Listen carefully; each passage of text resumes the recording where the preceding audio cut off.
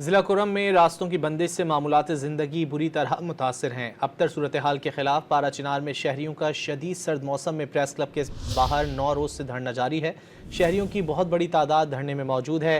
کے پی حکومت کی جانب سے ہیلی کاپٹر کے ذریعے متاثرہ علاقوں کو خوراک اور ادویات کی فراہمی جاری ہے۔ وزیر اعلیٰ علی امین گنڈاپور کا کہنا ہے کہ مسئلے کے پرامن حل کی سرتوڑ کوششیں جاری ہیں۔